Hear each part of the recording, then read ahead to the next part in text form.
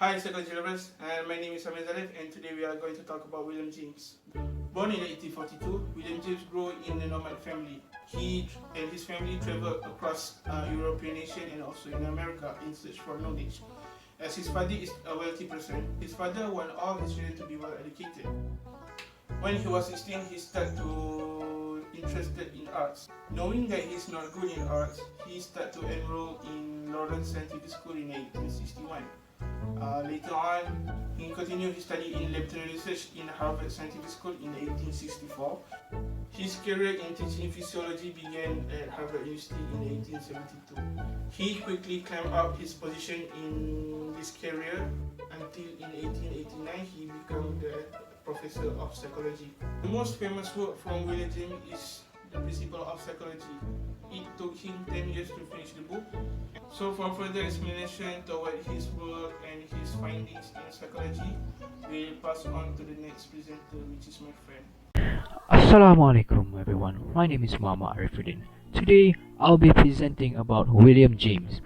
First, we're going to talk about pragmatism and what it is, theory of emotions, the three-part self, and last but not least, habits. And let's go everyone. Pragmatism is the foundation of functionalism, and it is the philosophy that acts as the foundation of functionalism. It is found by the Metaphysical Club, and as you can see at the back of the video, at the background of the video, those are the few members of the Metaphysical Club. It was based in Stanford University, where James was a prominent member of this club. But although he was a very big figure in that club, he found a lot of problems with metaphysics. He himself had a problem with metaphysics, and he says that metaphysics creates more problem than solution.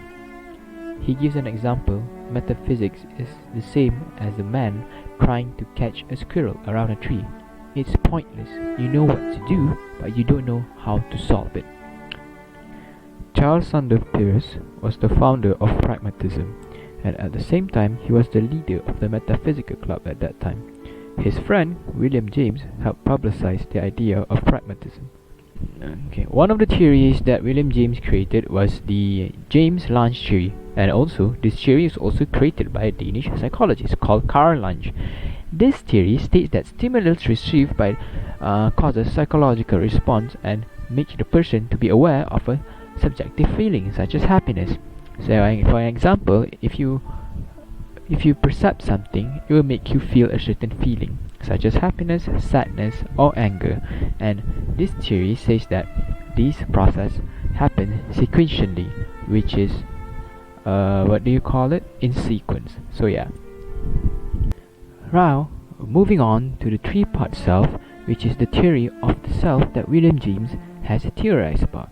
He says that first part of the self, it is called the material self, and the material self is everything that a man holds intimately. For example, from family members to friends and also to physical items. And next, it is the social self. When it comes to the social self, it is how a man perceives how he thinks he looks like from his mates or from his friends. And last but not least, it is the spiritual self, which is the innermost part of the self, where imagination happens, thinking happens, and everything that is known to be unseen and also abstract, such as emotion and so on. William James also touched about habits, where he says that habits is the result of education, and from this education it causes changes in the brain's structure in a molecular level. So because of that, he also says that when the pathway of nerve the same stimuli goes to the same pathway of nerve, the pathway of nerve become much more permeable to it, causing the person to do it over and again, and in the end of the day he will habitualize it. So yeah, that is my part for the presentation. Thank you for listening, and Assalamualaikum.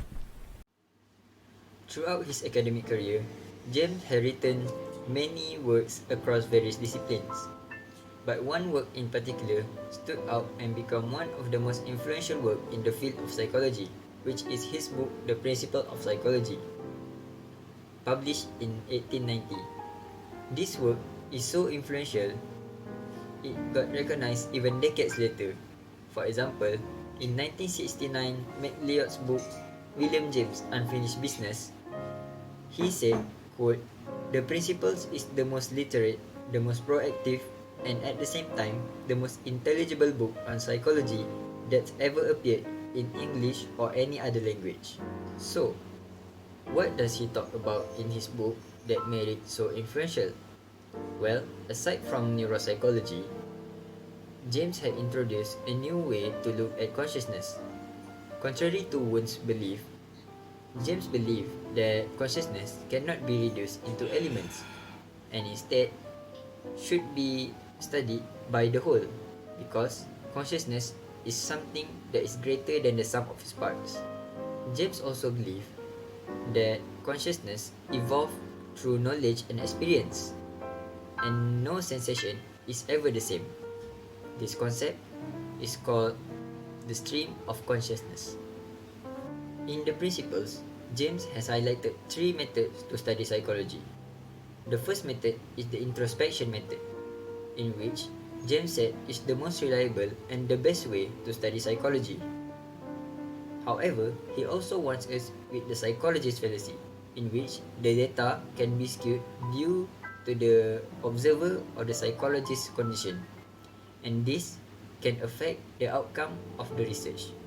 The second method is the experimental method, in which James said that it is beneficial for areas of psychology related to physiology, such as the study of the limitation of the human mind. The last method is the comparative method, which compares between human and non-human throughout different cultures and different conditions. This method could give us the insight to how the brain works and adapts to different conditions. Bismillahirrahmanirrahim. My name is Rabiatul Adawiyah. I'll be talking about the Islamic perspectives about functionalism. So, in a situation where Western society is so critical of religion and the worship of science, William James sees the importance of religion without denying the role of science. This is why functionalism is unique compared to other pragmatic thinking. In a more simple understanding, the meaning of pragmatic religion is that if belief in God can please a person, then let him believe in his religion. So, the denial of pragmatism over the metaphysical debate is contrary to Islamic epistemology. Islamic epistemology does not only depend on the scientific balance, but also extends to metaphysical and religious aspects. There are also criticisers that critiques the influence of pragmatism, which rejects metaphysics for making a man fall from God. Next is the Muslim scholars' views on functionalism.